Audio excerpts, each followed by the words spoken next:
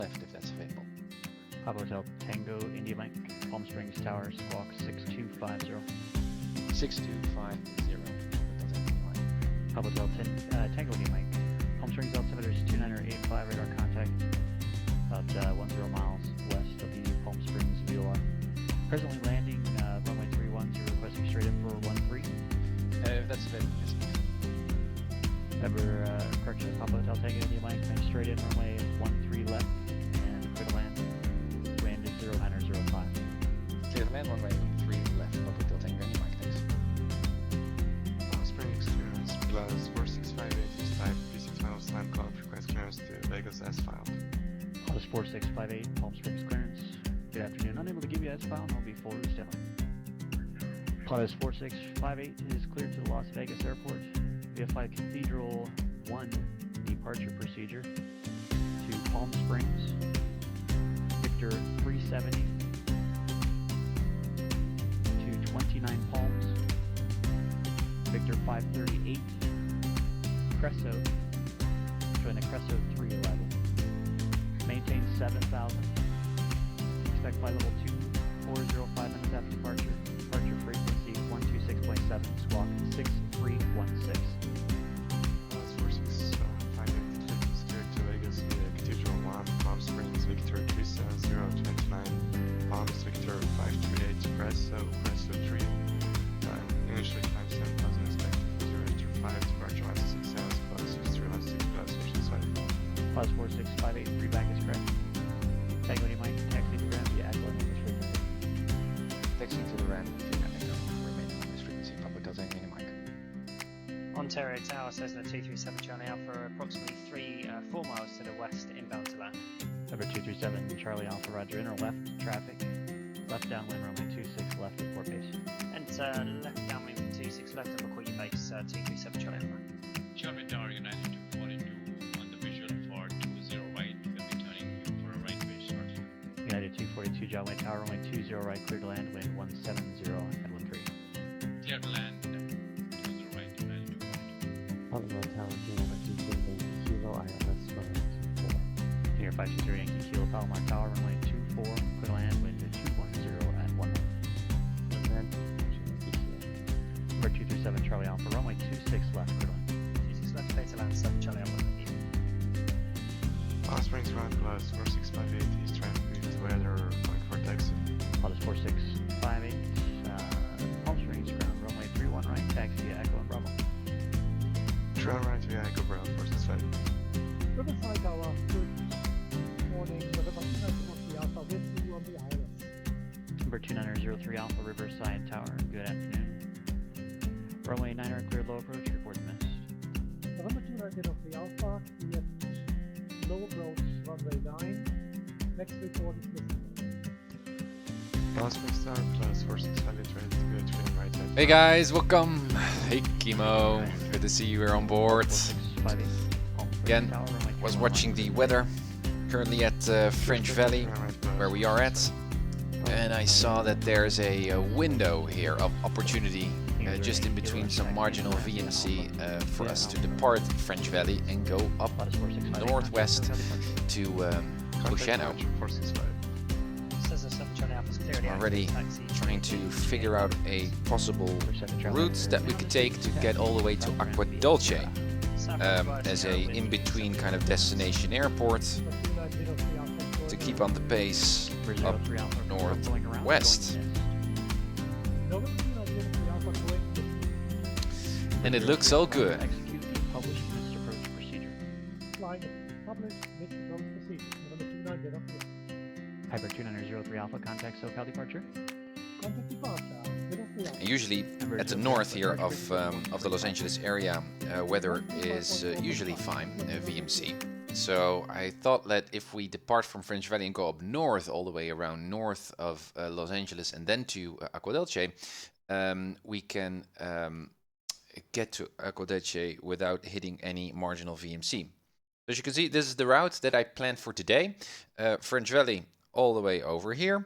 And then to go north, San Bernardino, all the way up to Agua Dulce. It's a 110 nautical mile flight. That's a long haul flight, so that's good as well. Again, I'd like to practice all the training flights that I assigned myself to as part of the UncertifiedPilot.com website. I really still need to do a long haul, long distance, more than 100 nautical mile distance, daytime flight from one untowered airport to the next. And I tried to do that in one of the previous streams, but then I ran into engine icing, and so I need to cut that flight into a short range one. So still, that's why I thought, well, Agua Dulce is a nice destination airport for today, and we can then move on to Oceano in one of the future streams. So it's going to be a fun flight, also a lot of navigation, I think. So yeah, I think again an opportunity to hopefully demonstrate or further develop my my PilotEdge and also radio navigation skills.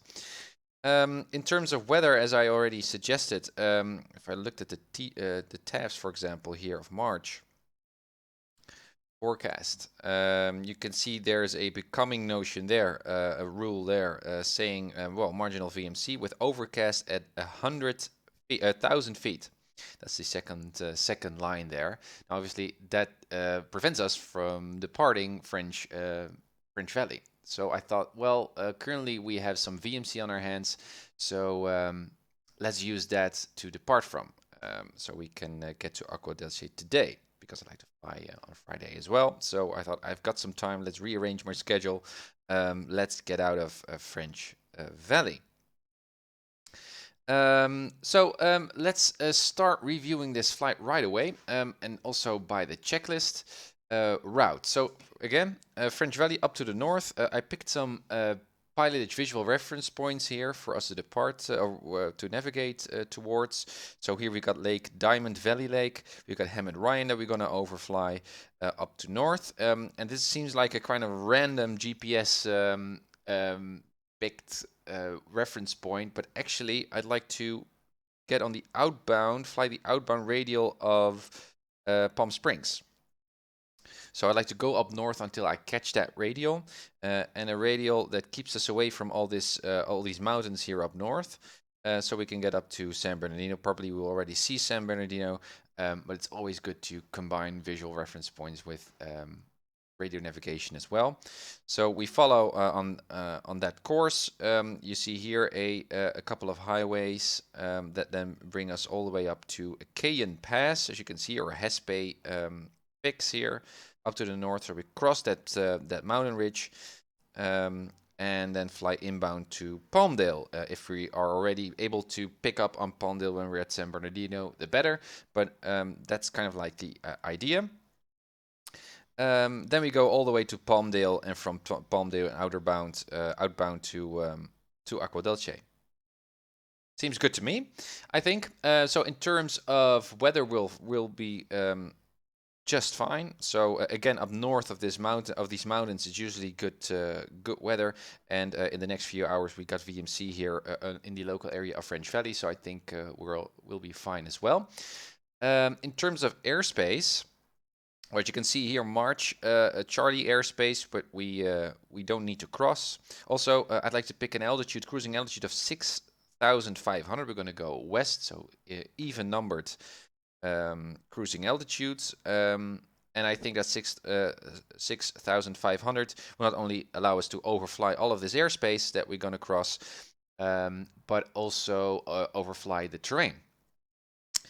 So as you can see here, well, this is obviously quite a high terrain and that we're not going to overfly, but we don't have to, because we're going to go turn to the left here, and then we're going to cross these mountains. Well, this stops at around 5,700, and also I'm going to fly this pass here, this highway up north. So I guess terrain wouldn't be a problem.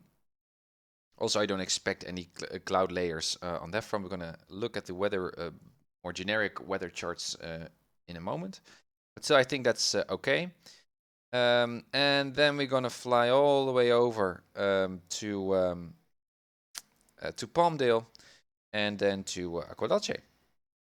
So in terms of cruising altitude and terrain obstructions, that's good as well. In terms of deviations, in case we've got engine icing again, I don't expect it to happen, but still, we've got plenty of airports. Again here, Hamid Ryan in case of a departure. We could also return to French Valley, but in case during the departure we've got some trouble, we can divert to Hamid Ryan.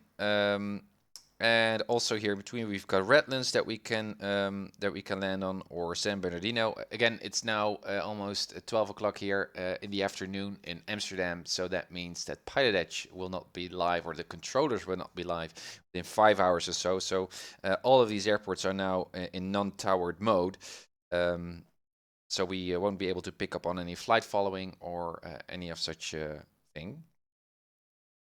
But it doesn't really matter. It's good to overfly airports because, well, again, if you've got an emergency, you've got a way to do an emergency landing and get to a safe place. And again here, what we see here, there's not really a big airport airspace, but we do see some airways here, MTRs, military training routes. So you can see here VR1217 and VR1257. It's also are known in PilotEdge to be crowded with military aircraft, high-speed military aircraft. So we need to be very careful there when we're going to fly or cross over that MTR. Again, how many digits? 4. So that means low flying. We are flying much higher up, although in terms of AGL, I mean, we're flying 6,500, but if you look at the terrain here, it's around 5,000-ish, 6,000-ish. Those guys are flying probably from surface up to 1,500 AGL, 1,500 feet AGL. So that still means that we can expect some military quite close to us, some aircraft close to us. So we need to be very vigilant there. Again, we've got Hesperia there to divert to if we've got engine trouble. We fly to Palmdale, again 6,500. We can overfly here the ceiling of 5,000 of the Palmdale area here, and here we're going to cross again that MTR to the south to southwest to Agua Dulce. So I think we're fine, and not really any complex kind of transitions through airspace. We just need to be aware of those MTRs as usual when we are flying from when we're flying long distance. Okay, weather. So yeah, let's have a look at the imagery. It's fun to do. ForeFlight, please help us. Okay, so cold front, as you can see, coming from the northwest, moving up to the southeast, but far away from us still. But that might indicate some cloud formation, right, on that cold front, usually on the fronts. Well, that's also why it's called a front. It's bashing into another kind of air mass, and usually that means war. That means a front, right? So a lot of cloud formation we can expect on that cloud front, but or cold front. But that's not an area that we're going to cross over, obviously, as our Cessna. We're going to go Agua Dulce, but it is still good to know what the weather is doing in general terms. Precipitation, none in our area, so that's good as well. 06 Zulu, that was a few hours ago. We see some marginal VMC there, crossing over the coast of SoCal, I guess also including French Valley. Okay, and then we go over to 18 Zulu. We can still see that marginal VMC is active.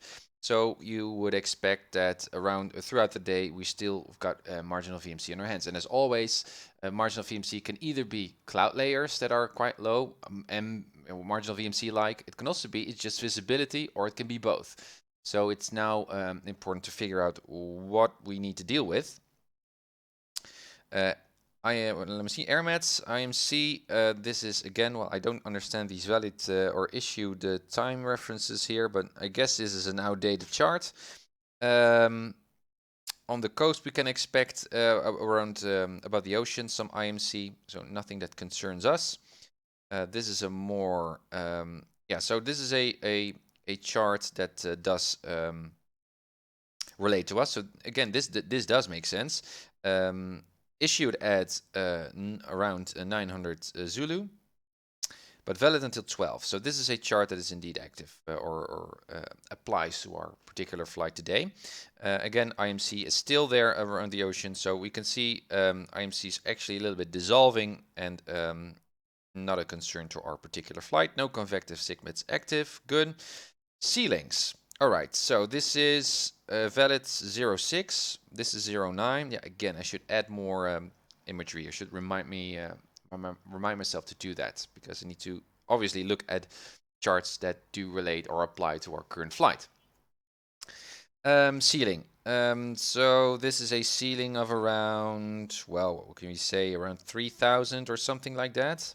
So if we're going to fly 6,500 feet as our cruising altitude, yeah, we might bump into other clouds. And as VFR pilots, clouds are not that much of an obstacle, but we need to stay clear of clouds because we're visual, right? We need to look, we need to be able to spot other aircraft so we can separate ourselves from that other traffic to be safe. But yeah, in no case we can fly through a cloud, because then we don't have that visual visual ability to separate ourselves. So if it's a scattered layer, that's fine as well. We can just fly in between. So again, this is something that we need to note here and need to look for the METARs. We need to review the METARs of local airports to see whether this is actually scattered or few or broken or overcast. Okay, but it is kind of like 3,000-ish kind of high up. Okay, then satellites, well, not big clouds going on there. Again, also not here on SOCO with the satellite here. Other satellite imagery, the colored one. So no thick clouds also. So that might also indicate we have to do with more scattery, few kind of clouds. Okay, visibility, well, that doesn't seem to be an issue, at least at 06 Zulu, 09 Zulu. You can see that visibility is worsening a bit also across our route, around 6 miles or so. And that might also indicate marginal VMC between 3 or 5 miles. So perhaps that marginal VMC stuff that we saw on the significant weather chart mostly relates to visibility and clouds 3,000 or 5,000-ish high. Okay, that gives us a general idea of what the weather is doing. In terms of winds at 3,000, well, it's better just to go a little bit more up because we're going to fly 6,500. So again, we can see the winds coming from the ocean. So we're going to have a crosswind, I expect. But again, we're going to look at the ForeFlight to see a more precise kind of calculation of what the winds are doing. Sigmats turbulence, none.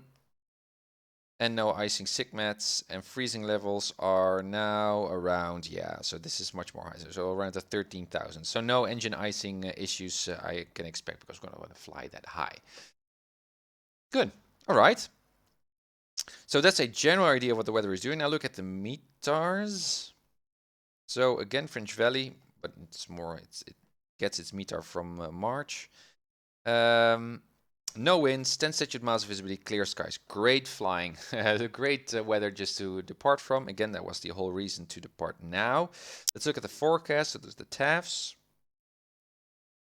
And as you can see, up to 010 or up to 10 Zulu, we've got still VMC, but from 10 up to 11, some marginal VMC comes in, and that's the overcast of around 1,000. At least that's what it is expected. So I'd like to get away here from French Valley as soon as possible. It's currently almost 10 Zulu. It's now 0942.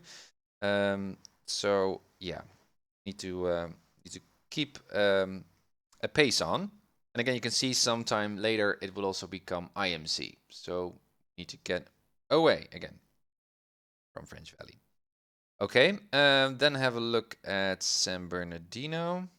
San Bernardino saying METAR. Still, now it's VMC, and it's also becoming marginal VMC, broken at 1,000. Now, obviously, once we're at San Bernardino, we're already much more high up. Probably we're already at 6,500.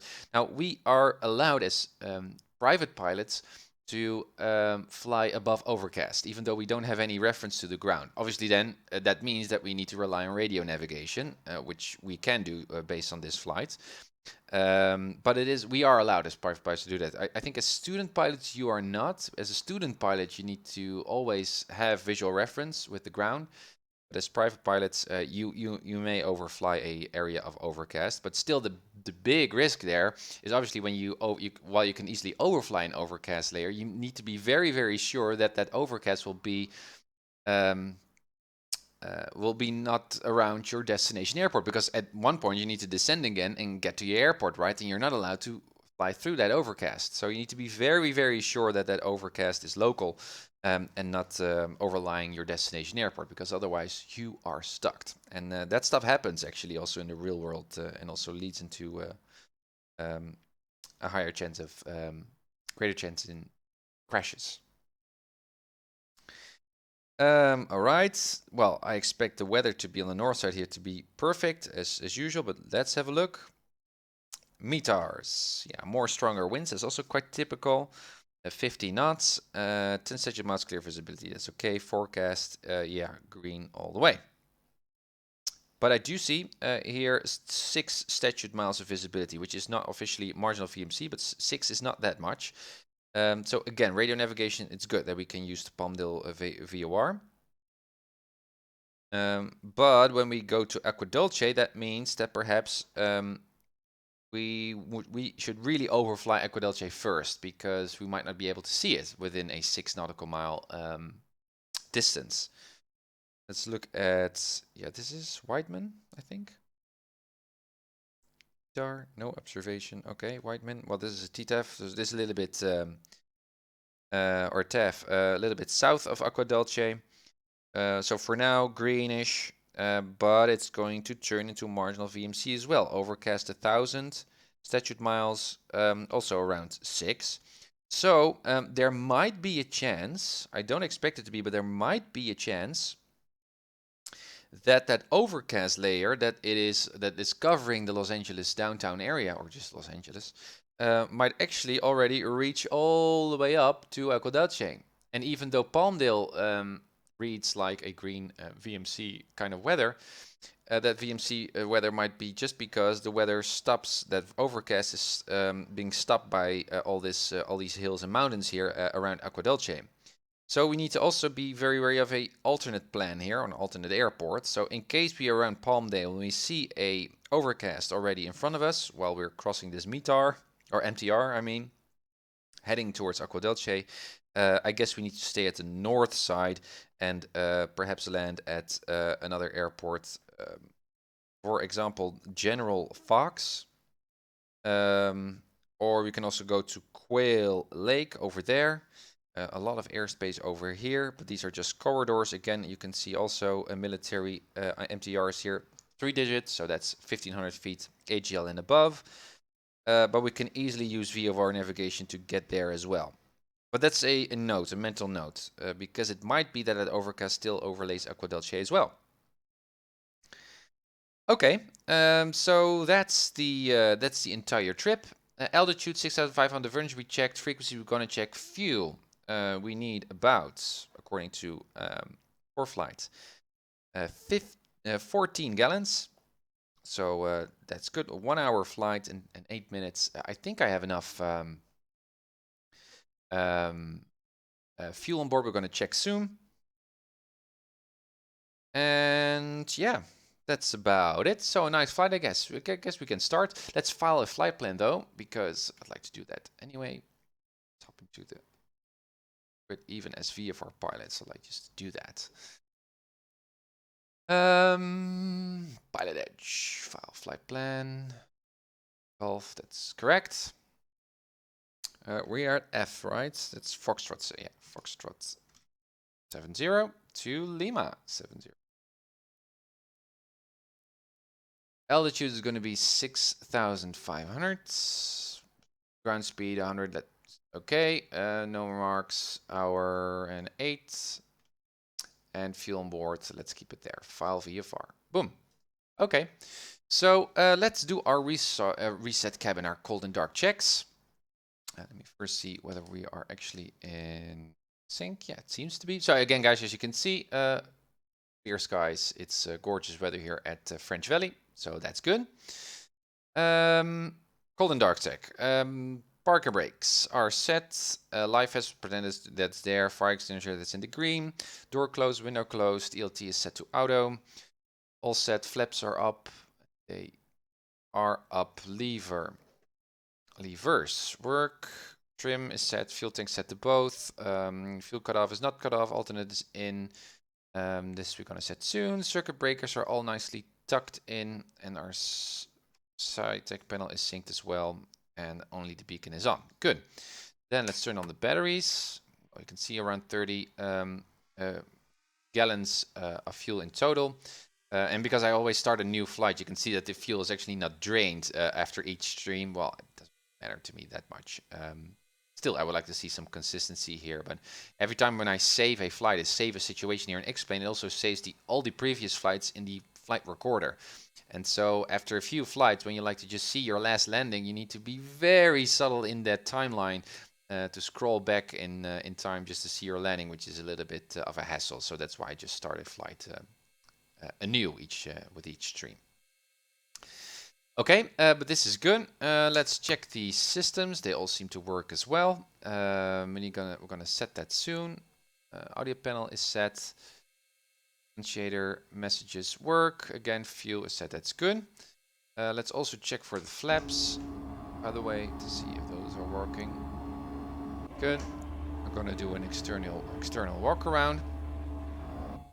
And that means that everything is working. Avionics can be turned off. Flight control test. Yoke to the right. That one goes down, up, down, up. Good. Trim works as well. My rudder seems to be a little bit choppy there. Let's check. So should calibrate. Joystick. Rudder pedals.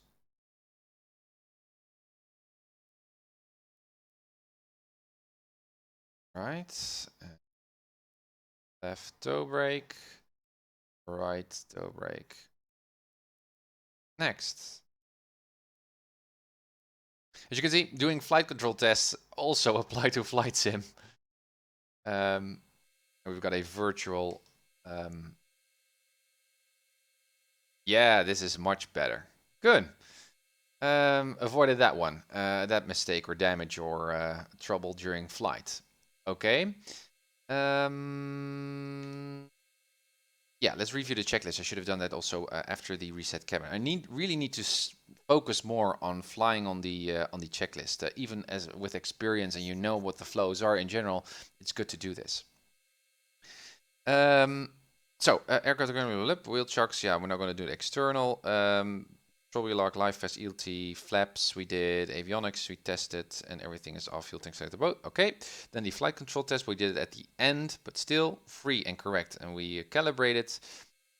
We checked the flaps. We checked radio equipment, fuel tank quantity. Good. We're going to skip the external walk around and head over to the before engine start. So passengers, are you sitting comfortably, guys? Here in my little cozy Cessna. Seat belts. Let's fasten those. Fastened. Cabin doors, I think, are closed. Yep, and also on that side. Good. And passenger briefing. So once more, we're going to fly all the way to Agua, Dulce. It's going to be a 110 nautical mile flight, 6,500 feet. We're going to depart here. Winds are calm. We can just look at the windsock while we're taxiing, or just before we taxi. Let's do that right now. So I windsock over there. Yeah, winds are very, very calm. And I guess winds are coming here from the left of us. So again, a runway 18 would favor our departure. That's fine by me. So that means that when we're going to depart, we're going to go for a left-hand downwind departure. So we're going to go up north and fly to Diamond Valley Lake Hammer Ryan, and then pick on that radial outbound from Palm Springs. So that's what we're going to do. Then we're going to start the engine. Again, before we do, avionics are off, fuel tanks are set to both, throttle 1/4 inch in, and circuit breakers are all tucked in as well. Good. Let's start our engines. No one is around here, around the prop area. No, so clear prop. Mixture full in. Ignition switch back to both. 1200. Oil pressure is coming up already in the green. Let's lean for ground, something like this. Reset to 1000. Generator or alternator on. We see a rise in the M meter. Good. Avionics on. Let's go mode C. And let's set some frequencies here. Good. So, first off, CTAF, that's 1 to 2.8, that's set. The other frequencies that we need, well, we don't actually need any other frequencies while we're flying. We don't need any flight following. Just gonna switch over, I guess, while we're flying, tuning in on the frequencies of airports that we overfly. In terms of radio navigation, though, we need some frequencies. So Palm Springs first, that's 115.5. So nav 1, 115.5. That's set. And what kind of a outbound track would we like to fly? Well, San Bernardino. I like to overfly from the Palm Springs VOR, so that means a 278 outbound. 278.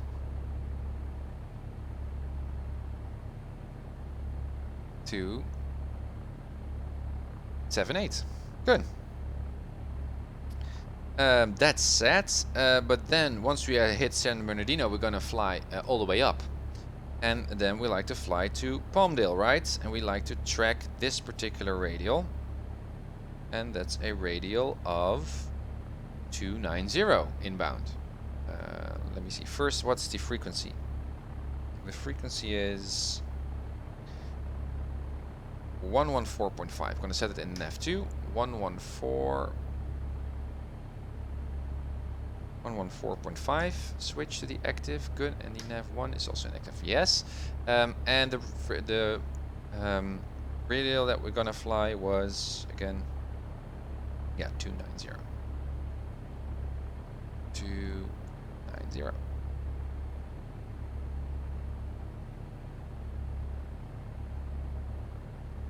Okie doke. So far so good, I think. Hey, Peak Zero. Did you do the custom paint yourself? Did someone do it for you? Trying to find someone I get to do mine. Yeah, I did mine myself. Yeah, there are forums, I believe. I don't know if it's on the org where you can just post a picture of an airplane that you like to be painted, and you can do a request there. So I think you should visit that forum. Also, Peak, you're the one who was flying in the previous stream, right, with me in the circuit? I think so. I saw your, while rewatching the video, I saw you mentioning something like that. In case, thank you for joining in the previous stream and doing some traffic pattern flying. It was really awesome. Okay, so that's all set as well. And obviously then once we reach Palmdale, we also need to fly that outbound radial, but we're going to do that once we're there. Okay, all our frequencies are set. We are VFR, we're squawking, we're ready to go. Again, 180 is going to go to the left here taxi, and then depart left downwind up to the north, and then we're going to start our flight.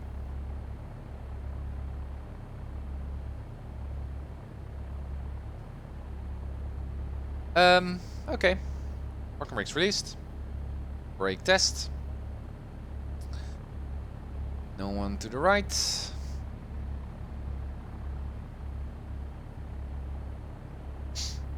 Turn indicator, slip indicator, heading indicator, attitude indicator, stable. North is north. I mean, north on the heading indicator is also north on the magnetic compass. That's good. No need to do crosswind correction. Also no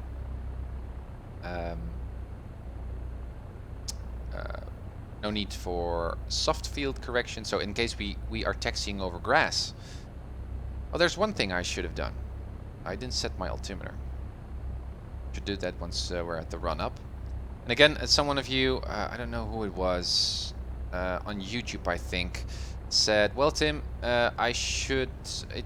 it's not that safe to set your altimeter to 0 feet when you're just doing close traffic, because there might be other aircraft overflying the airport or other just inbound traffic, and you cannot relate anymore to how high they up relative to your to your altitude if you have reset the altimeter yourself, right? So still, it's better just to set the altimeter either way, whether you're close traffic or outbound. And that's good advice. Again, such a nice airport here on French Valley. Helicopters as well. Already connected to PilotEdge.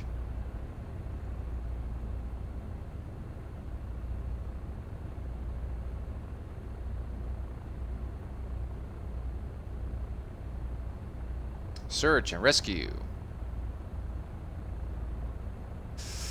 Let's hope we don't need those guys today. What a nice weather to fly in. And it's getting worse if we need to rely on those TAFs. There we go. Again, the engine is looking good, already warm enough for us to do the power check.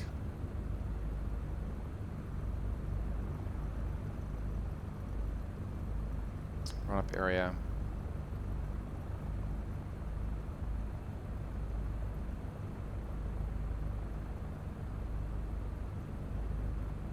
Brake.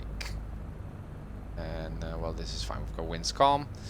Mixture full in.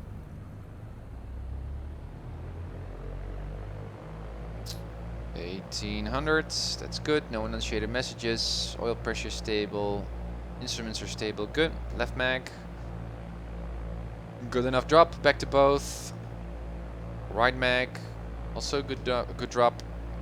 To both. Landing lights on. Dip at the charge. Good. And all the way back to idle. No messages. Still, we've got oil pressure. Good. Back to 1000. Landing lights on, strobe lights on, altimeter. So we need to know the airport elevation of French Valley, which was 1200? Oh, 1350.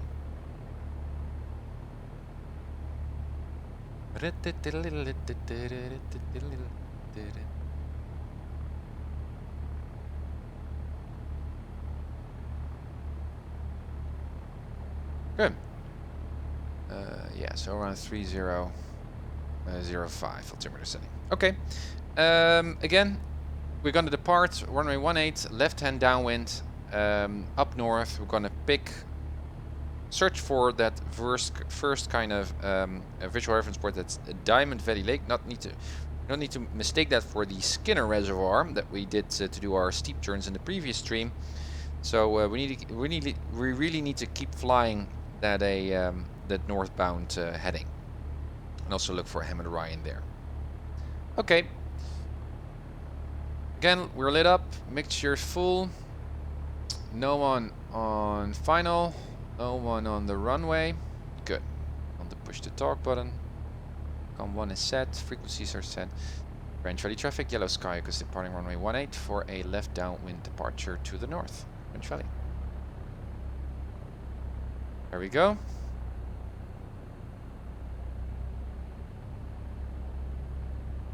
Oh man, if only I was a really popular Twitch partner and could just earn money by flying all day long.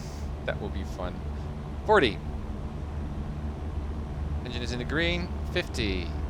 60 and rotates. There we go. Goodbye, French Valley. Traffic there on my 2 o'clock high up. Big VY here.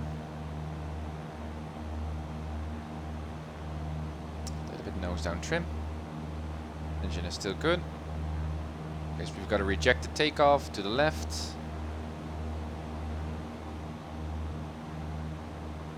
For a emergency forced landing.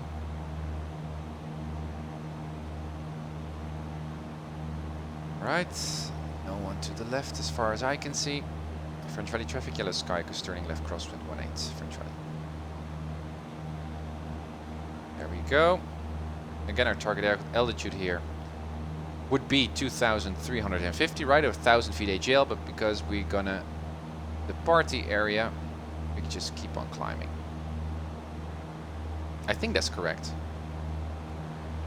Should you only start to climb when you have left the traffic pattern? I don't know.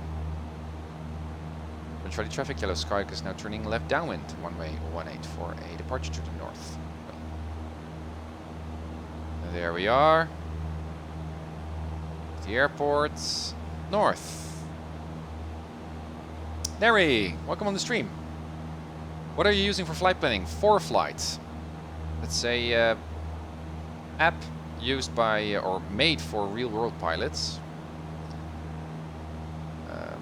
that I use on my iPad, and also used for flight simulation here, which works great. Very nice airport. Loved our stay here. But now we're gonna go to Agua Dulce, which is gorgeous as well. Really nice scenery. So flying north, that's the reservoir. And so somewhere up north we should find another lake with Ham and Ryan on top. Departure checklist. Ahaha. Ahaha. He remembered. We didn't do our before takeoff checks though. Like elevator trim check. All the other things I did. Let me see. Onward climb throttle set. Mixture is set full. I already see the lake there, by the way. Just over the cowling there to the right. A second ago. Oil pressure within green.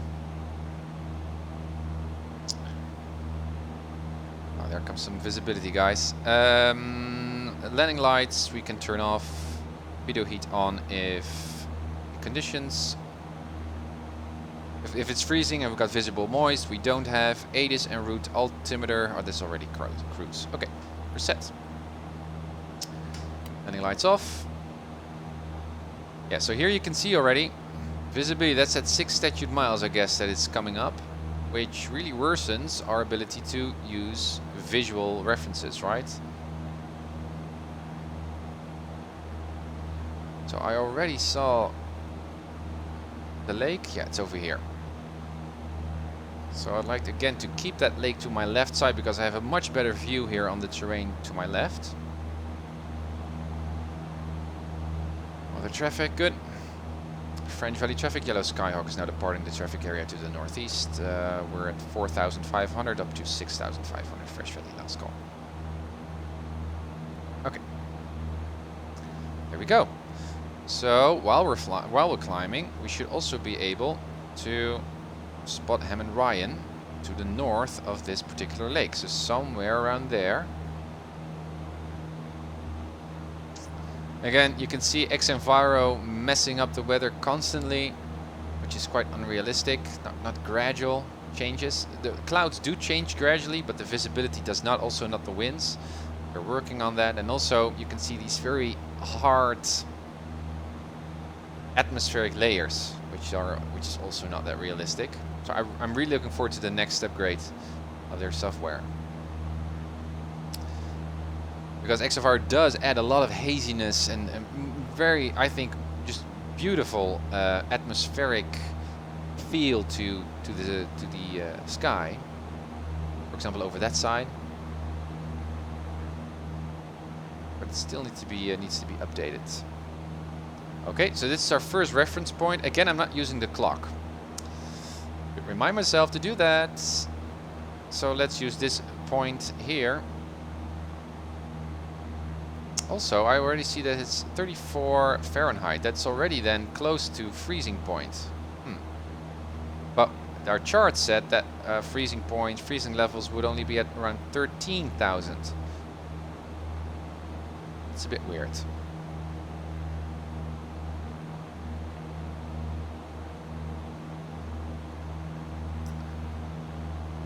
Okay, so this is the lake. Let's turn up north. Again, I don't see Hammond Ryan. So hard to spot airports, especially with this photoreal.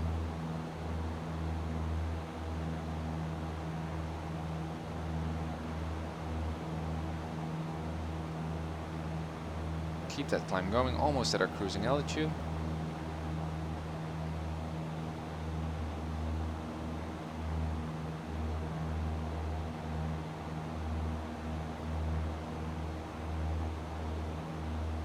Come on, keep climbing.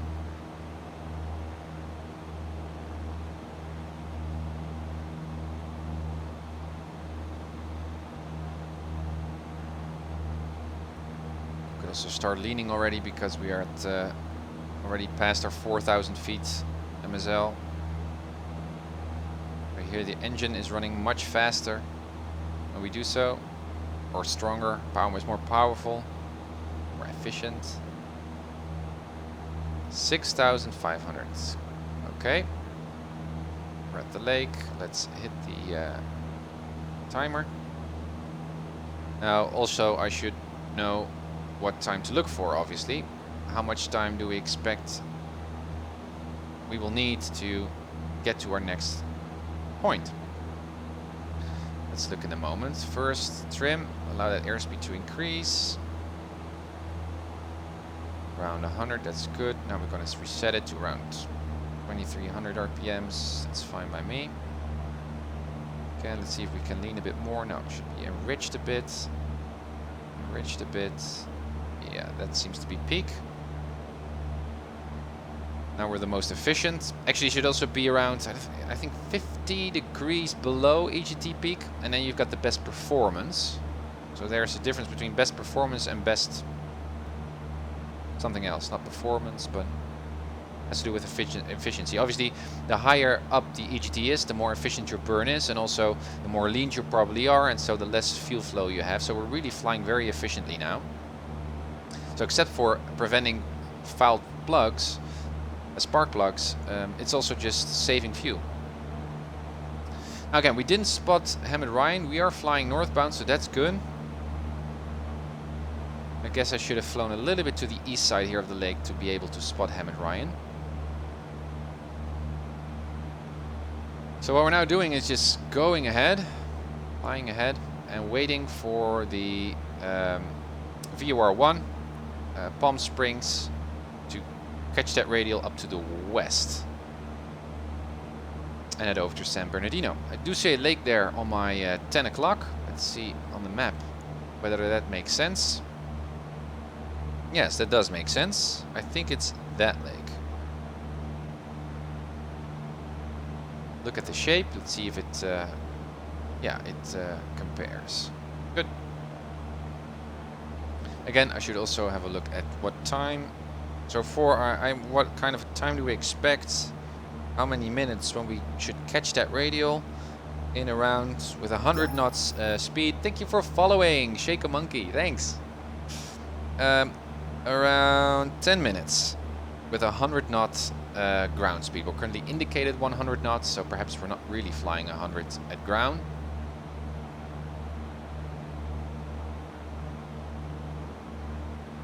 Cruise checklist. So throttle set, leaned, oil pressure checked. It's all in the green. Landing lights are off. Engine gauges are still in the green. Annunciator panel are non-illuminated. Pitot heat, yeah, it's freezing currently, but we're not invisible moist, so that's okay. No need to turn on the pitot heat. ADIS en route, that's a good one. We should pick on an ADIS. That's what we're going to do soon. Altimeter, then we should reset. Heading indicator cross-checked. Yep, no big gyro drift, I think. No, we're okay. Navigation log for flight. Before special maneuver, we're not going to do center mirror, and we're not on flight following. Good. ADIS. What ADIS are we going to pick? That's something that we could have prepared before departure, by the way. So San Bernardino ADIS 124.175. 124.17. Switch. San Bernardino. Let's listen and get our current altimeter. if we are already nearby enough. 124.175, that's correct, right? 124.175, yes. Again, we're nearing the banning area. I think banning is it? No, I don't think it's here. I don't know. Perhaps it is. And Palm Springs is already here around the corner. That means that this is a corridor where many flights, VFR flights, will happen. Pilots flying from the... okay, you can see all the marginal VMC weather there, guys, on the Los Angeles area, to the left of us. But chances are many pilots will fly this corridor, this valley, to get to Palm Springs. So this is especially an area that we need to look out for in terms of other traffic. Again, we're descending a bit. Keep on that 6,500 altitude. Again, look at the scenery, guys. Wow, this is actually what the north here of French Valley, you could say the Benning area, looks like.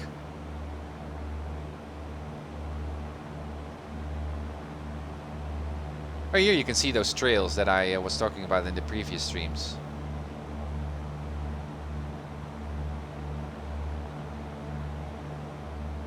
Interesting. New weather. A little bit more power there. It's pulling on the yoke, but I'm not able to climb.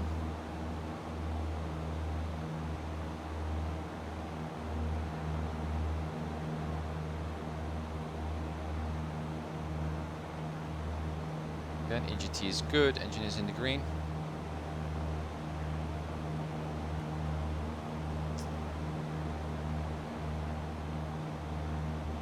See some highways here.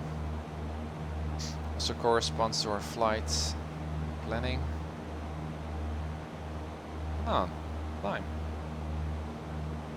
I'm noticing I'm much more wary of engine icing, and my engine is not powerful enough to get us at 6,500. Might suggesting that there's something wrong with the engine. And there's nothing wrong with the engine, I think. It's still running okay, everything is in the green.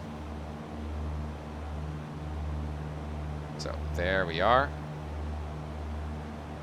A little bit more nose up trim here. Good.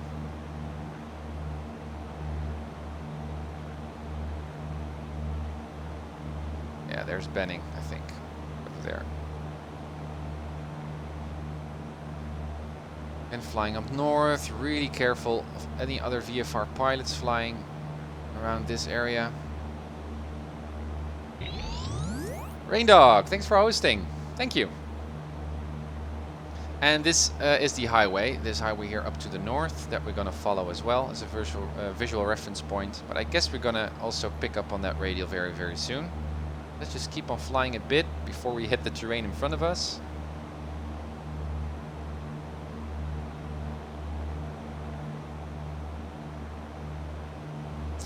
How pretty.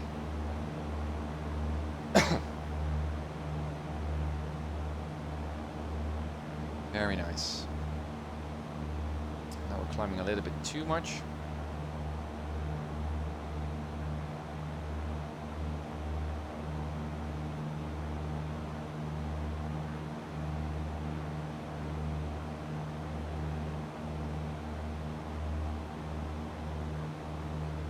Should also I would have expected to be able to pick up the ATIS of San Bernardino by now. COM 2 124.175, yeah.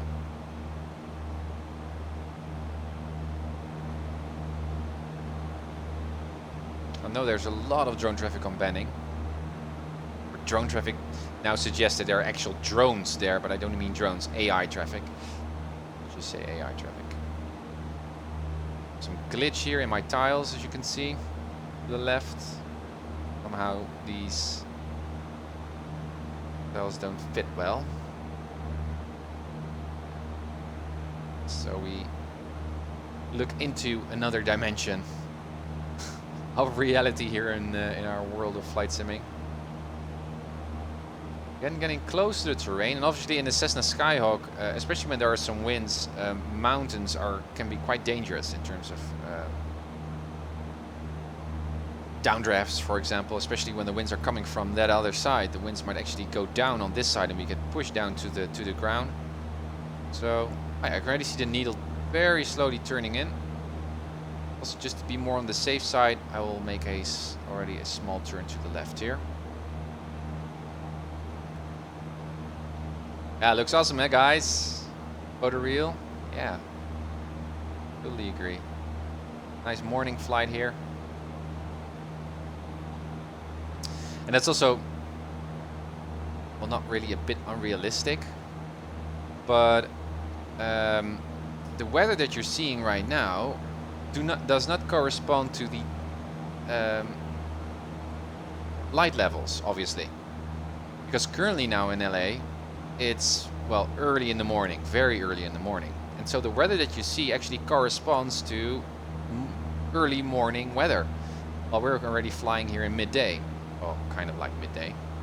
So should have reset my... Oh, that's not what I wanted to do. Lock. Lock. Thanks.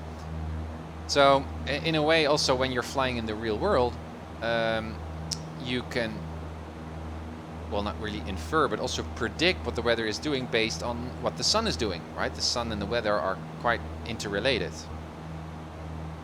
So here in Flight Sim, especially when I'm flying in another time zone, but with the weather, with local weather, you cannot really, you need to remind yourself what's actually the local time right here, right now in LA to have a better idea of what the weather is doing. Okay, still northwest, so I'm still flying inbound to that radial. The needle is slowly creeping in, so that's good as well. We've got good visibility, so we're staying clear of all that marginal VMC weather. That's good. And again, loving the scenery. Also here you can see all kinds of trails here around those mountain peaks. Here. I mean, one day I would love to fly a Cessna. Fly with someone else in a Cessna around this area, especially Palm Springs. That would be so unreal. Just to see the real thing in real life and know the airspace and know that it's actually there. It's, so visited Chicago Max Airfield just before it was closed, luckily, with my dad many years ago, and because we were already flying on Flight Simulator, Microsoft Flight Simulator, quite often. That was so awesome. I will show you a picture or a movie in one of the future streams. Picked up on that radial. Let's turn again. Make sure no one's here on this side.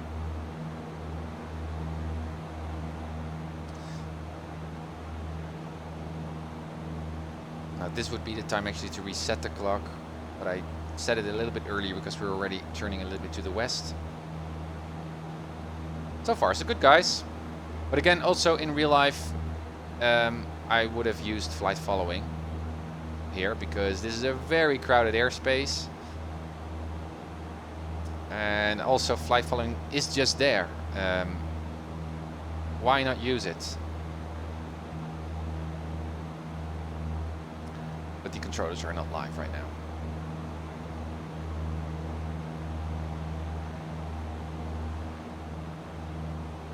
And Agua Dulce is going to be so pretty as well, guys.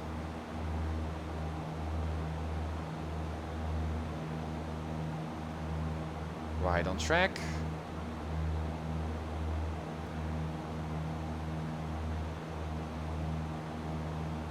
Raindog, don't think PilotEdge transmits ADIS info when they're offline, but this is just X-Plane, right? And yeah, you remind me again of the ADIS. We should be able to pick up on the ADIS. Let's see if we can pick up on any other ADIS then. 124.175. Well, let's pick March then. 134.75. 1. Morietta, French Valley Information Juliet. 134. 1700 Zulu weather. Point. Wind 75. calm. Visibility more than 10. Sky clear. Temperature 11. Dew point -26. Altimeter 3018. Arriving runway 36. Departing runway 36. Yeah, that's French Valley. I know. I already switched. March ARP information March. Juliet. 1700 Zulu weather. Wind calm. Visibility more than 10. Good. Sky clear. Good. Temperature 11. Dew point -26. Altimeter 3018. Arriving runways 30. Departing runways 18. 30. Advise on initial contact. You have Juliet. Good. Also, I can see the air. I think the airport is over here, San Bernardino. That means that also Redlands is a wonderful non-towered airport, also tucked underneath the Charlie or the Delta here. Oh no, is it underneath? No, it's just outside of the San Bernardino Delta. Hey, it's over here, just below. It's a wonderful non-towered airport to visit one time. Very cute. Also nice approach here over this riverbed.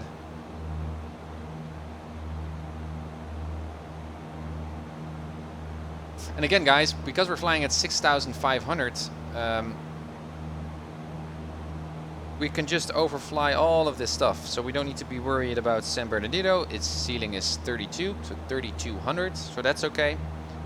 And we've got the Charlie here at 5,000, tops at 5,000 that we're going to overfly.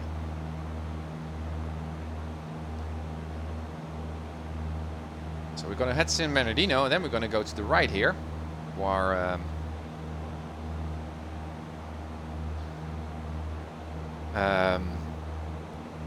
to our 2 o'clock up north or across the mountain ridge. What a gorgeous scenery, and how pretty is LA, or SoCal I should say. But we already knew that. Fly a little bit to the right already, so we can peek a little bit down on San Bernardino. And fuel is good, engine is good. We're doing fine. Wow.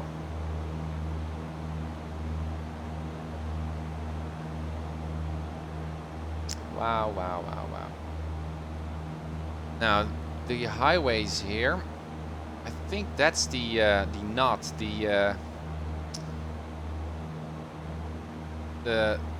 place where all the highways combine and come together. So this is the highway that we need to follow up all through this mountain pass. And here's San Bernardino.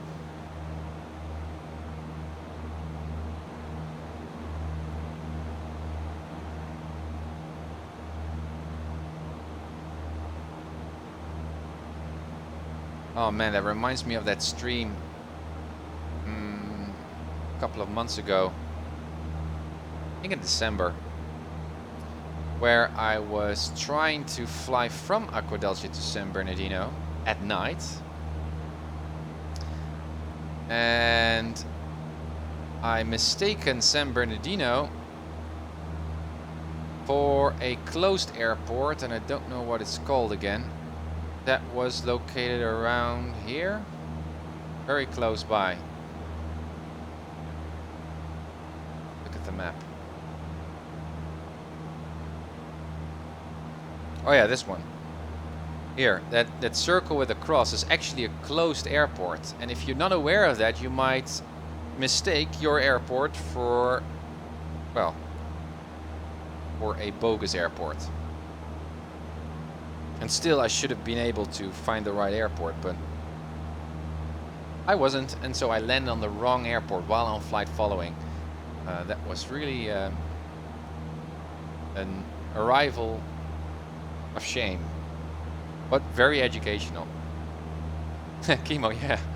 Yeah, you were there. I remember that as well. So that airport should be around here.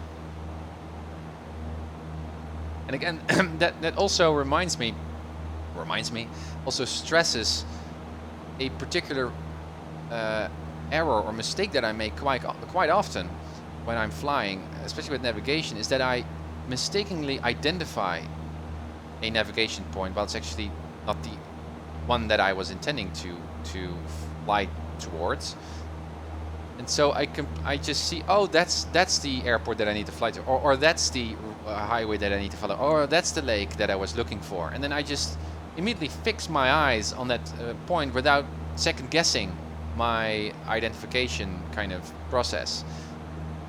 And yeah, then shit hits the fan, as I always say. Goodbye, San Bernardino. And this is going to be our mountain pass. Quite scenic. Well, one thing that I do notice is that the terrain over there is really increasing, and so our 6,500 might be a little bit too close to the ground. Now, as the terrain elevates, we don't need to stick to that 6,500-ish westerly VFR altitude, because that only applies when you're flying above 3,000 feet AGL. So when the terrain catches up on you, we can just climb with the terrain. So that's what we're going to do.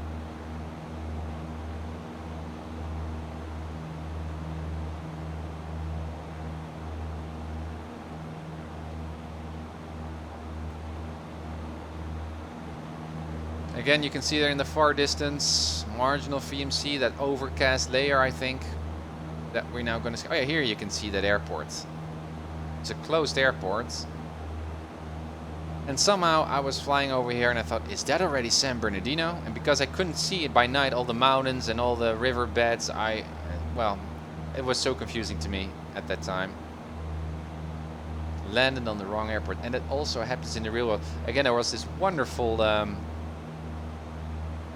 article in the again AOPA Flight Training magazine about experienced pilots admitting their mistakes, and the whole notion that making mistakes is just inevitable. It's the one thing that determines or distinguishes you from poor pilots or poor flying, is that you don't learn from those mistakes. And so also many student pilots think that when they make a mistake, this is a terrible proof that they are terrible pilots, while actually all the real professional experienced pilots all have made mistakes during their flights, and they're just part of learning. And so to cultivate a more growth mindset in student pilots is very, very important. And so that issue was all about that growth mindset. And so there were a lot of small pieces where experienced pilots told about their mistakes, and well, one of which was landing in a wrong airport. Also, instructors knowing that their students picked the wrong airport, but just allowed them to continue, so they would make the mistakes, so it would be a memorable experience for them, which was also quite fun. So even instructors deliberately, or not really deliberately, push someone to make a mistake, but if they spot a student making a mistake within safe parameters, obviously, they just allow the mistake to happen, to unfold, because then it becomes much more pedagogically effective for them to not make that mistake ever again. Yeah, true, Kimo. Also, airliners sometimes land on the wrong airport, or land on an airport, which is also quite funny. I also referred to this in one of the previous streams. Land to an airport that on the wrong airport that doesn't have a long enough runway for them to depart from, so they're stuck there. Not only landed on the wrong airport, but they cannot leave, which is not a concern that usually applies to Cessnas or Skyhawks, I should say.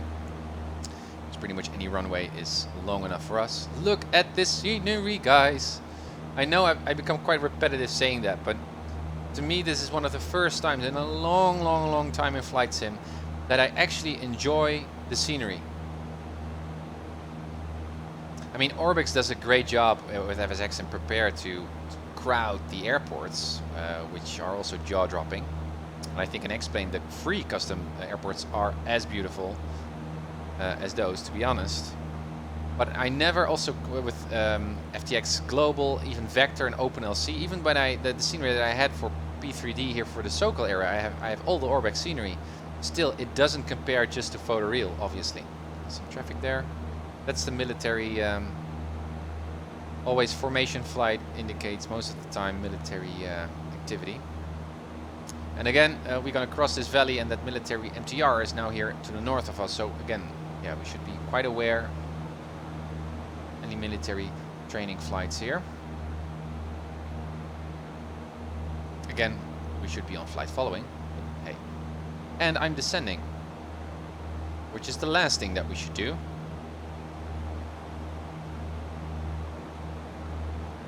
But anyway, yeah, growth mindset.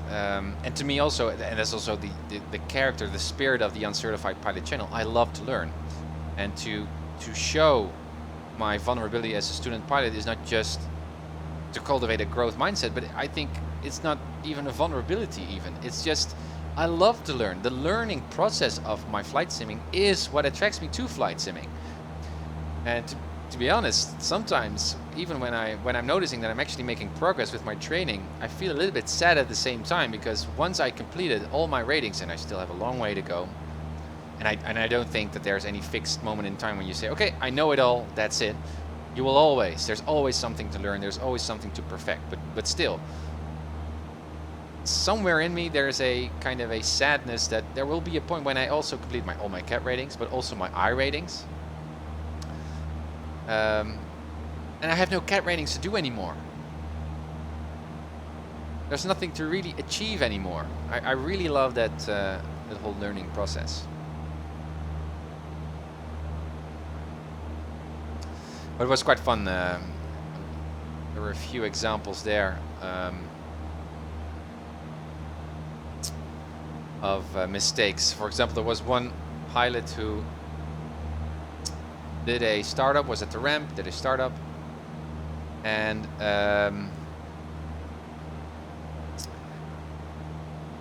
yeah, you could also redo the CAT ratings, Shakem. Obviously we can redo them all, but still it's not that fresh and that original anymore as the first time around. See traffic here, military air traffic.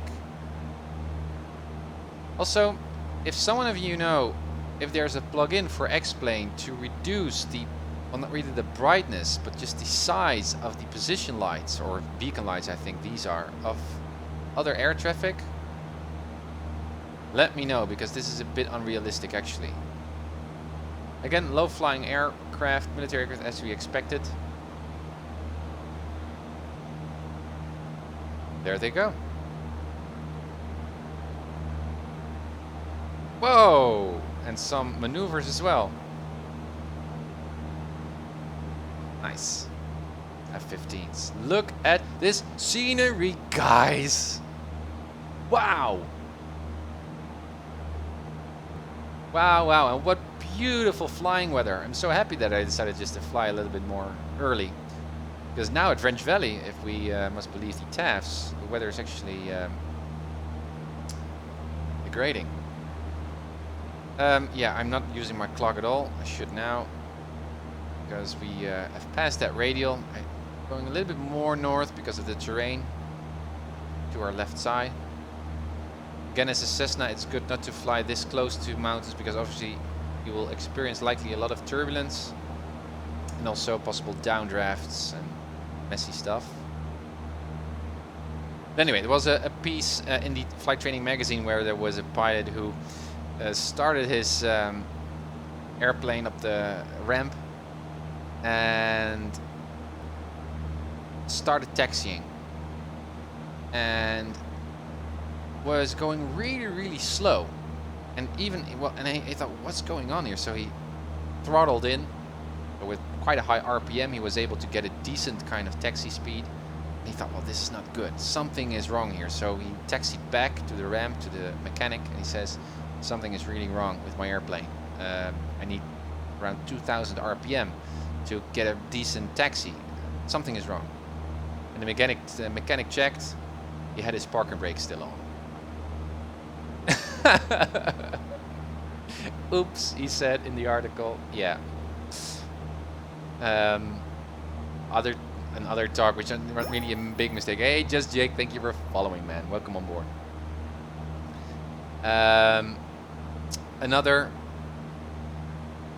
mistake was, well, not really a big one, was someone who fastened his seatbelts in his Cessna, but a big chunk of his strap was still outside of the door. So he closed his door, but there was still a strap there outside bangling and was hitting the door while he was flying. But he didn't know at the time that that was a strap. So he was flying and he was hearing tak, tak, tak, tak, tak, tak, and he thought, oh my gosh, my engine, something is wrong with my engine. And he tried to troubleshoot all of his instruments, trying to look for what was going wrong, and he eventually declared an emergency to say, well, something is wrong, I don't know what it is. And he reverted back to the airport and the fire trucks and everything, and then he opened his door and he saw, oh, that was it.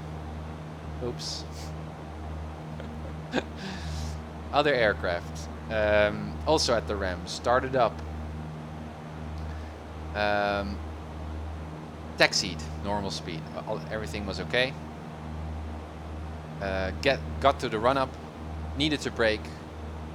Now he was flying, he was sitting in the co-pilot seat. There was not he was flying alone, but he was sitting in the co-pilot seat because of training, dual kind of training. So he's sitting there, everything went okay. He taxied to the run-up area, and then needed to brake, and he pressed the brakes, or he thought he'd pressed the brakes, and then he noticed or remembered that there were only brakes on the other side of the cockpit. Only the pilot in command seat would, which to me is kind of strange. I would say that any kind of seat would always have brakes, or it wasn't fixed on that side, or I don't know what it was. He said there were only brakes on the commander seat, and so he couldn't stop, and he just drove his I don't know what the airplane was, his airplane into the fence. Oops. And again, that's why when you release the parking brakes after engine starting, before you taxi, you check the brakes. So then at that speed, you're able just to put on the parking brakes or do whatever to stop the airplane. See some clouds far, far in the distance. If you guys can see, perhaps. Again, our radial's a little bit to the left of us, but that would bring us into the terrain. Is it snow? No, I guess not. It's just white sand.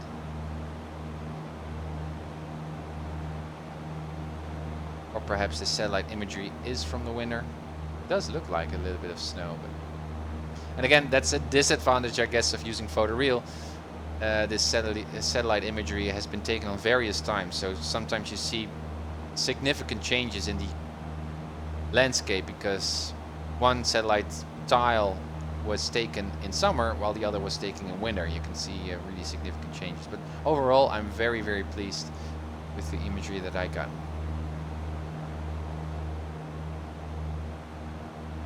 Visibility is worsening a bit.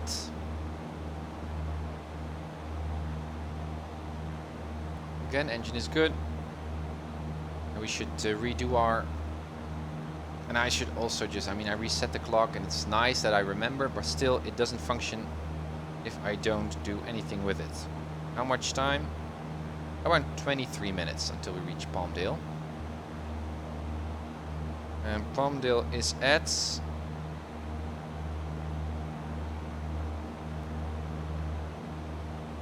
an altitude of 2,543. Ceiling goes up to 5,000 feet. But we're flying on 6,500. So, but on AGL wise, we're flying 700 feet above the ground. I guess that the 5,000 feet. No, that's just, that must be MSO.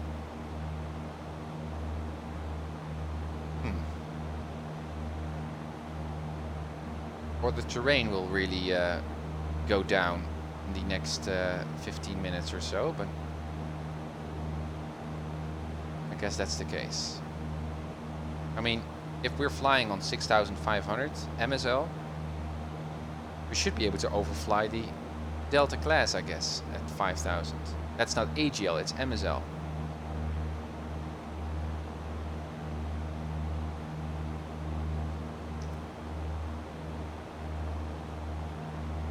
X-plane, what are you doing? Again, military aircraft on our 11 o'clock inbound, I guess. Neo says, welcome on the stream. No, it's not. It's not allowed to fly over airports with low altitude, except when you have clearance to do so. And because I'm currently flying on MSL-wise on 6500, but the terrain is so close to us, I thought, well, if we're gonna overfly Palmdale, then we've got a problem on this altitude. But obviously now, if I would now fly on 5000 with this terrain here, we would fly ourselves into the ground. So chances are that terrain will slowly now, gradually slope away from us, so that eventually we have enough spacing. I mean, I think that I believe that the airspace depictions, altitudes are based on MSL, not AGL.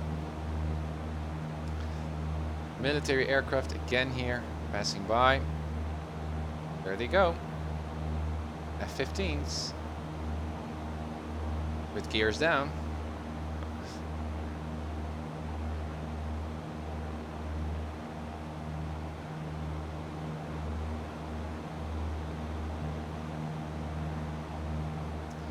But it's fun. It's I also thinking about doing other kinds of streams. Obviously always flight sim bounded and always serious flight simming and training.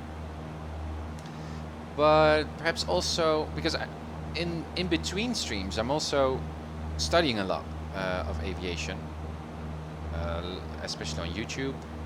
A lot of instruction movies, videos, and might also be fun just to stream those. I don't know if that's allowed actually to do that. I would certainly going to do that with the I ratings by PilotEdge. I think Keith will not mind me to stream those videos here also on the channel, but while doing so also commenting on what he's saying, so we can do ground school together here on the stream. I think that's a fun idea. Let me know if you guys liked it as well. But I also like to show you some other movies or just video recordings, for example of my visit at Mag's airport with my dad a long time ago, which was really magical. And the funny thing is, when we were arriving at Chicago O'Hare and we were overflying the Chicago, or we saw Chicago downtown and also Max from our passenger seat, the first thing that we said was, "Oh, it looks so real." As if the flight sim reality was actually the baseline, true reality, and waking reality, real reality, was actually virtual, which was quite silly. And the same kind of feeling was there when we were standing there at the fence of Max, and there was actually a Learjet coming in, which was so typical of Max Airport.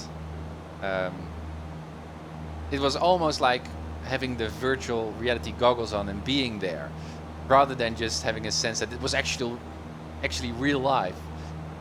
And I think the same kind of sense or virtual kind of misconception would arise when I would visit LA now, after having flown this much here in the LA area.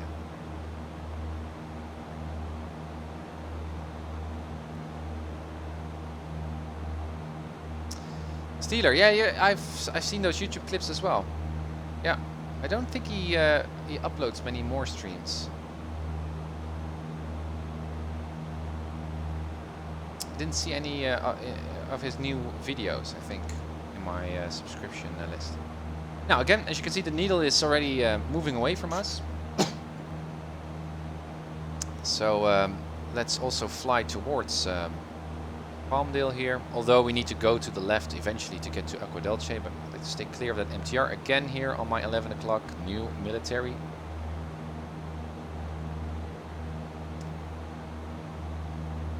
Activity.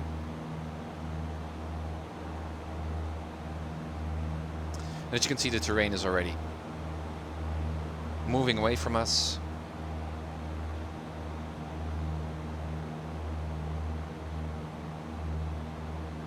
See some vague cloud contours also on my 10 o'clock, 11 o'clock there in the distance, suggesting perhaps that we might not even reach Agua Dulce because of that cloud overcast layer. So still we've got our plan B intact. Oh, they're too far away. I can only see beacon lights, and again I think this is quite unrealistic. It's helpful though that you can see them, spot them so easily, but I'd like to reset those beacon lights, because in the real world you wouldn't see these aircraft that easily. Ah, there they go.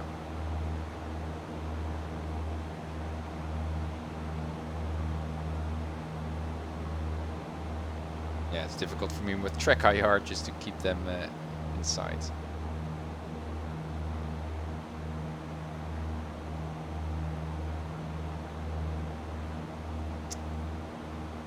Now let's pick, should have already tuned into the ATIS of Palmdale, because altimeter settings are quite relevant right now.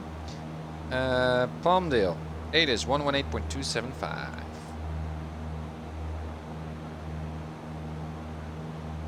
118.275.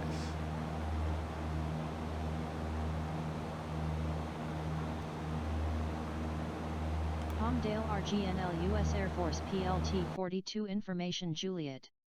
1800 Zulu weather. Wind light and variable, visibility more than 10.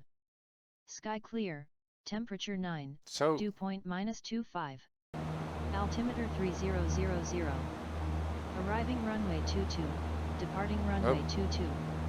Advise on initial contact, you have Juliet. I like to tune up the volume there, but apparently that doesn't work. Or I should press OK and then it works. Radio.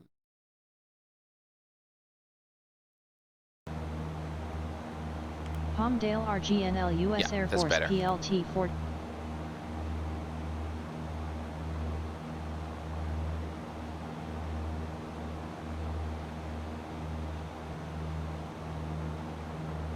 Let's look at Palmdale.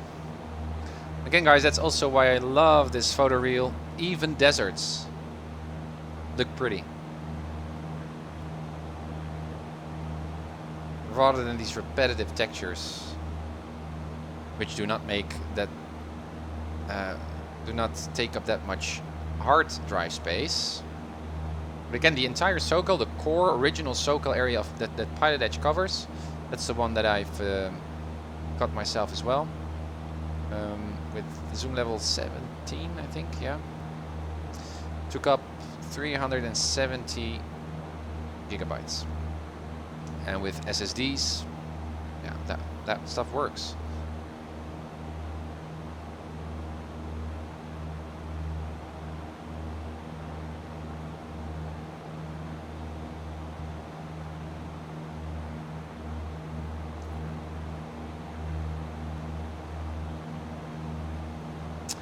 Big Monkey, I think there is a Lua script to improve other aircraft lights. Oh, okay. Well, if you could post a link, that would be much appreciated, so I can figure out and install it and experiment a bit. Because currently it's a bit silly. Engine is okay.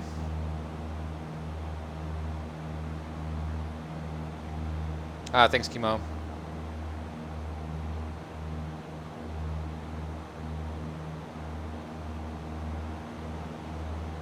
So again, you can see those cloud contours. Again, military aircraft there on our 9 o'clock. So it might be a bit challenging, guys, to get to Agua Dulce. Part of our weather briefing, we know that there might be some overcast actually to the south of Agua Dulce, and we don't know how far that will reach up north.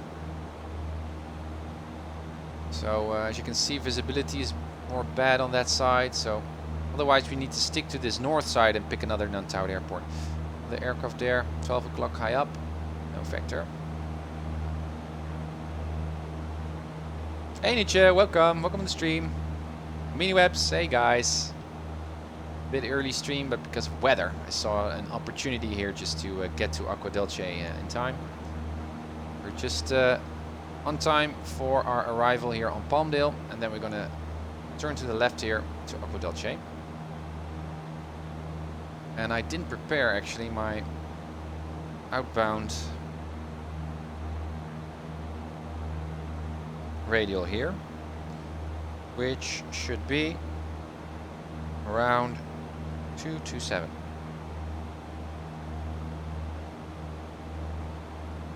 You can see Palmdale here just in front of us.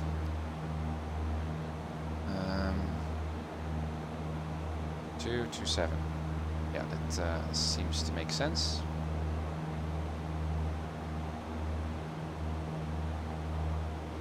Seven.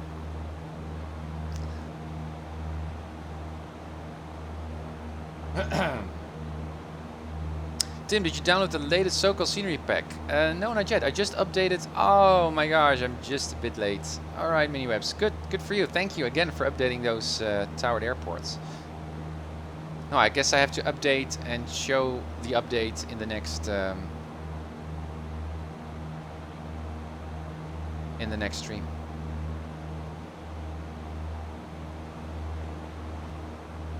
Man, I love to fly. Again, sometimes it amazes me when I look on Twitch, those who are flight simmers that are streaming. And actually, I don't watch a lot of other streamers because I think they're actually boring. A lot of airliner flights, and they're just chatting about life, which is interesting, but not really that educational. I do like Marcus's stream. He also chats a lot about his life and his concerns and stuff. It's funny, but also sometimes on really interesting topics in terms of controlling and stuff that he notices on the PilotEdge network. I also love Keith, the streams of Keith, but he doesn't stream that regularly. But I'm kind of jealous for those, or jealous, I don't know if that's a good life to live, but some streamers seem to just stream, like Belins, but also others, almost 24/7, man. And earning money with that as well. They need to, obviously. Again, this is Palmdale. It seems to me that we're not on 5,000 feet, but... Well, we are looking at our altimeter. But just reference that with the ground, it seems like we're at 2,000 or so, but perhaps I'm getting used to this altitude.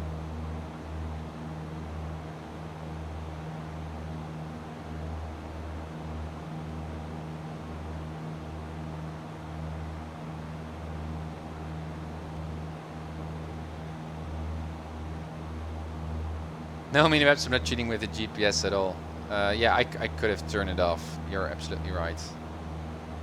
Palmdale. That's weird.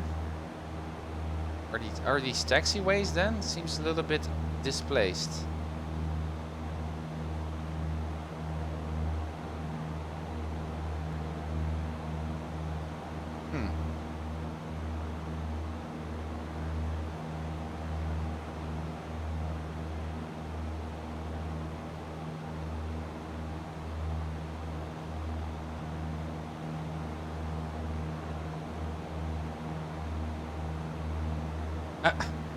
You can see here, trademark Google.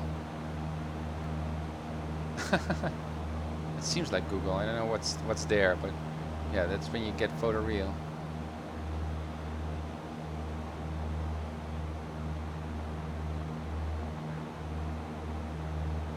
Okay.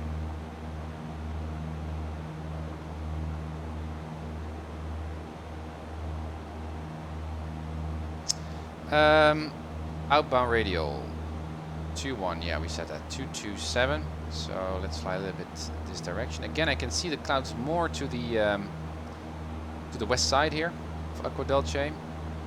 Again, military aircraft just popping up, so again we need to be very wary of those MTRs.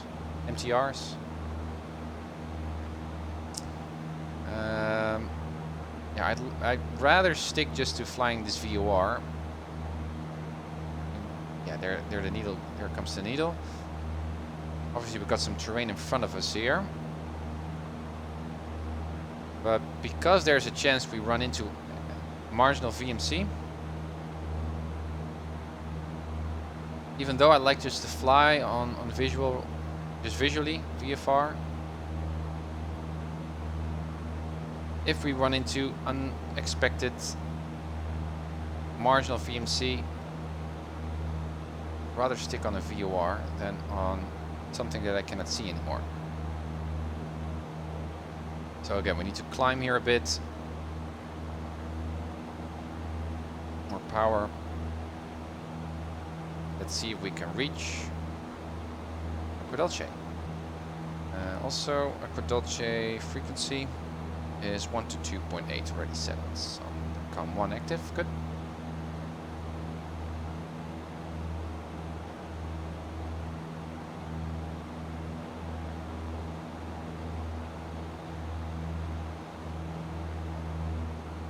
Now, let's have a look at the Agua Dulce scenery here. It's going to be pretty as well, I guess.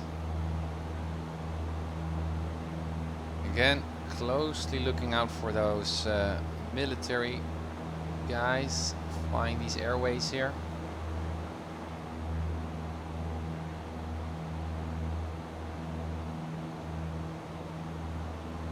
Visibility seems to worsen there.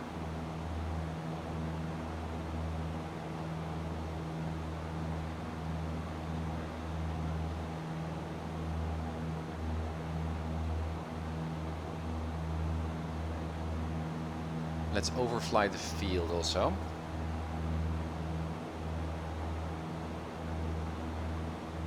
What were the winds of Palmdale? I don't know, I don't remember. Palmdale RGNL US Air Force PLT 42 Information Juliet. 1800 Zulu weather. Oh, sorry guys. Wind 210 at 6. Visibility Okay. more than 10. 120 Sky at 6. clear. Temperature 15. Yeah, so that Dew favors point -19. favors runway Altimeter 22. 3000. Arrive. Military aircraft there over the dashboard.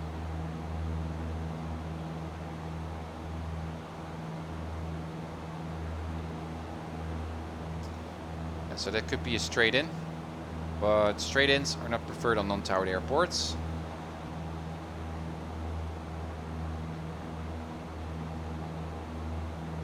Right pattern 2-2, so we've got a right pattern. Yeah, that makes sense because of mountains just on the left side of the airport.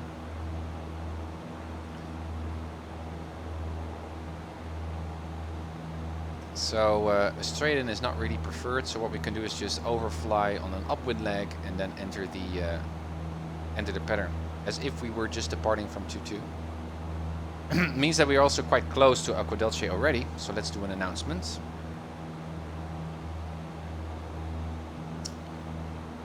I think it's already over there. Yep, it's over there.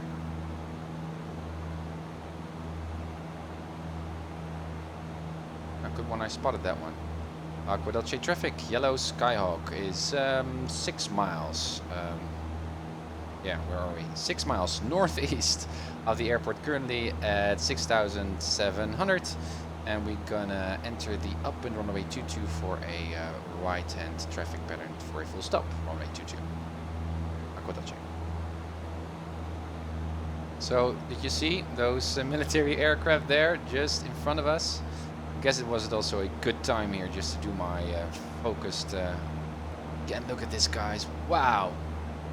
To do my announcement, so that was bad of me. Should have sticked with avoiding that military air traffic first, and perhaps even do a 360 here. All right, landing lights on. Checklist. Before landing, elevator trim. Well, that's fine. Flaps up, good mixture is full in. No, it's now full in. Pitot heat, we don't need it. Heading indicator, no, that's fine. Park and brakes released, it's also interesting. Yep, checked. Seat belts are set, and that's about it. Okay. Well, we're much too high up here to make a normal descent, I guess. Maverick and Goose passing by. Right, Steeler. Wow, it is gorgeous here, as we expected.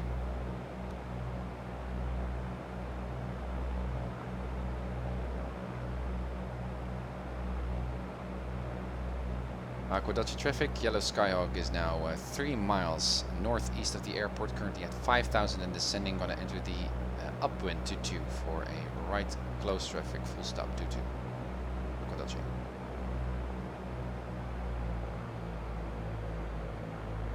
And again, if you're really trying to drop altitude, lose altitude,